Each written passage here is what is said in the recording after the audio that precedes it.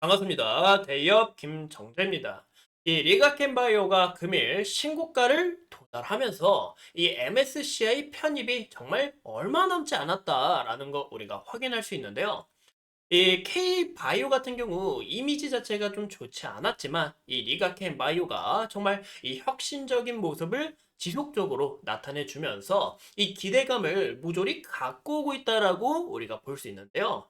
현재 이 바이오 기업이 올해 정말 별로 남지 않았는데 올해 일정만 4건이나 있으며 그리고 내년부터는 본격적으로 또 준비가 되기 때문에 지속적으로 이 주가에 대해 이 기대감이 증가하지 않을까라고 내다보고 있습니다. 이런 흐름에 있어서 우리가 이 리가켄바이오 어떻게 접근하면 좋을지 지금부터 알아보도록 할게요.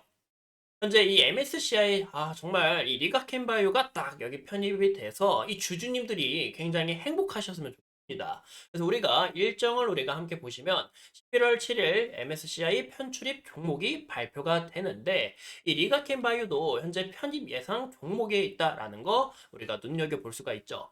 이제 보시는 것처럼 이때 당시 나왔던 날짜가 이제 10월 16일 기준인 거 우리가 좀 확인할 수 있는데요. 근데 현재 이 리가켄바이오가 금일 이렇게 신고가를 또 도달하면서 정말 이 MSCI 편입 후보에 정말 이 정점으로 다가가고 있다라는 거 우리가 참고해 주시면 좋을 것 같아요. 현재 이 MSCI에 대해서 좀 편입되기 위해서는 이제 시가총액이 5조 5천억 이상이 좀 돼줘야 기업이 좀 유리하게 작용이 되는데요. 현재 이 리가켄바이오의 시가총액은 4조 7,867억이고, 그러면 이제 5조 5천억까지 도달하기 위해서는 보시는 것처럼 한 이 정도 주가가 돼줘야 추가적으로 이 MSCI 편입에 대해서 유리하게 적용될 수 있다라고 볼 수 있습니다. 약 15%가 증가를 해야 되고 이제 10월 말까지 별로 남지 않았는데 과연 이 리가켄바이오가 도달할 수 있을지 지켜봐야 된다라고 말씀을 드리고 싶고 현재 유력 후보가 리가켄바이오, 현대로템, LIG 넥스원, 삼성증권, 그리고 HD 현대미포, 삼양식품 이렇게 총 있습니다. 그래서 말씀드린 이 종목들 사이에서 이 리가켄바이오가 세 번째로 순위가 높으며 현재 이번에 이제 편출되는 종목이 3개에서 7개를 전망하고 있는데 좀 유리하게 적용되지 않을까라는 거 좀 봐주시면 좋을 것 같고 현재 이 리가켄바이오의 보시는 것처럼 금일 좀 신고가를 도달한 만큼 어느 정도 이 외국인과 개인들의 이런 차익 실현 물량이 있었지만 또 기관들의 수급 자체는 굉장히 강했다. 그리고 최근에도 이 외국인의 수급 자체가 굉장히 강했다라는 부분에서 우리가 좀 더 눈여겨 보셔야 된다라고 말씀을 드려요. 현재 이 리가켄바이오가 최근에 이슈가 정말 많았습니다. 이 LCB97 기술 이전부터 시작을 해서 이 자사주 취득까지 우리가 좀 나온 이슈 우리가 확인해 볼 수 있는데요. 저는 이 약 200억 규모의 자사주 취득이 정말 이 바이오 기업 내에서 흔하지 않고 정말 이 글로벌을 향해 좀 다가가고 있는 이 국내 바이오 기업이 아닐까라고 좀 생각을 해요. 그래서 굉장히 좀 자랑스럽다라고 말씀을 드립니다. 근데 우리가 이 자사주 취득 과연 어떤 의미일지 좀 지켜봐야 된다라고 저는 생각합니다. 이제 내용을 찾아보니 직원들에게 부여된 이 스톡옵션에 대해서 신주 발행 없이 이 확보된 자사주 재원을 활용해서 주주 가치가 희석되는 이런 부분을 해소할 계획이고 또 추가적으로 공개될 임상과 그리고 파이프라인을 봤을 때 현재 리가켄바이오가 신고가를 도달했지만 아직 주가 자체가 저평가로 좀 내다보고 있기 때문에 약 200억 규모의 이 자사주를 취득했다라고 우리가 볼 수가 있죠.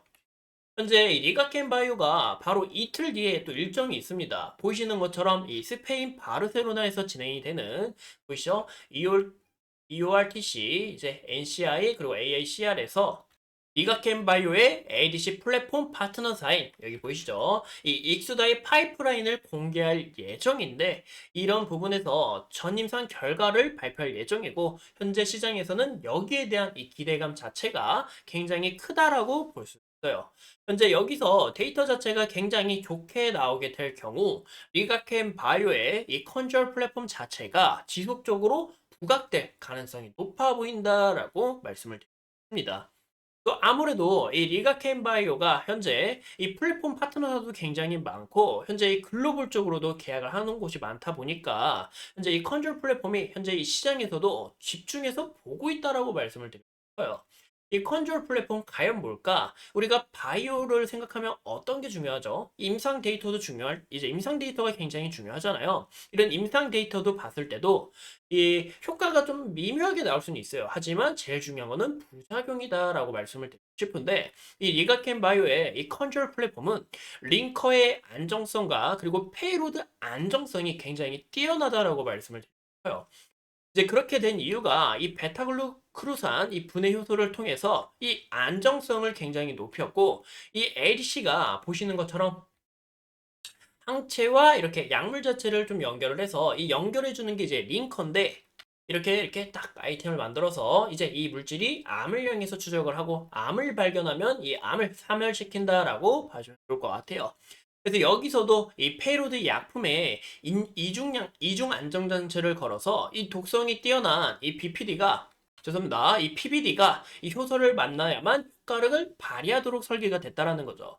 그래서 현재 이 리가켄 바이오는 이런 플랫폼을 통해 부작용이 제일 적다라고 우리가 확인할 수 있고, 현재 이 ADC에서 기술도 굉장히 뛰어나고 이 빅파마 기업들도 굉장히 눈여겨보고 있는 기술이다라고 말씀을 드리고 싶습니다. 그러면 이제 이 리가켄 바이오 올해 주목해야 될 일정이 굉장히 많아요. 아까 말씀드렸던 이 10월 24일부터 시작되는 이제 이 파트너사의 전임상 결과 포스터가 발표될 예정이고, 그리고 11월 4일부터 7일 날에는 이 월드 ADC가 공개가 됩니다. 현재 이 리가켄 바이오의 주제는 공개가 되지 않았지만 여기에 대한 이 발표 기대감, 그리고 작년에도 제일 많은 ADC 파이프라인을 갖고 있다는 이슈가 부각된 만큼 이 수상 여부에 대해서도 우리가 체크해볼 필요가 있다라고 말씀을 드리고 싶어요.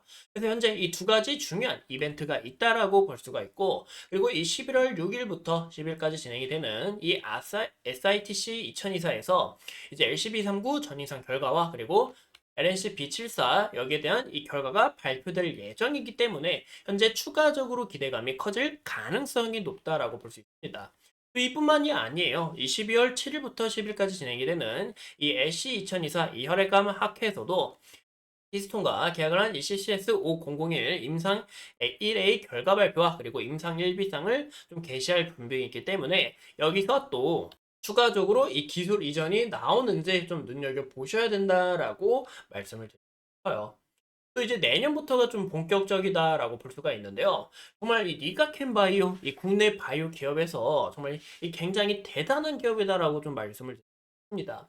현재 2024년, 25년, 이 바로 내년까지 이 파이프라인 성과가 주목될 게 바로 이 LCB84 올해 1상이 종료가 되고 내년에 2상 진입을 예정이고, 만약에 이렇게 될 시 이 마일스톤 자체를 수령받을 가능성이 높다라고 봐주시면 좋을 것 같아요.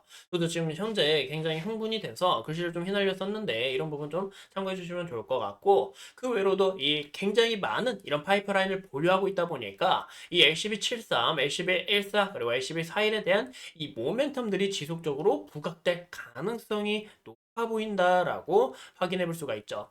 현재 리가켄 바이오의 11월 3분기 실적 발표를 좀 앞두고 있는데, 현재 이 부분도 영업이익이 적자에서 흑자로 전환될 전망에 있으며, 보시는 것처럼 지속적으로 늘어나는 이 매출액을 통해 자산 자체도 서서히 안정적으로 변해가는 모습, 이런 부분을 우리가 좀 확인해 볼 수 있습니다. 그리고 추가적으로 이 많은 빅파마 기업들이 이 ADC에 대해서 크게 집중하고 있는 만큼 리가켄 바이오의 성장성은 올해 많이 부각이 됐지만 내년부터 본격적으로도 진행될 가능성이 높아 보인다라고 말씀을 드려요.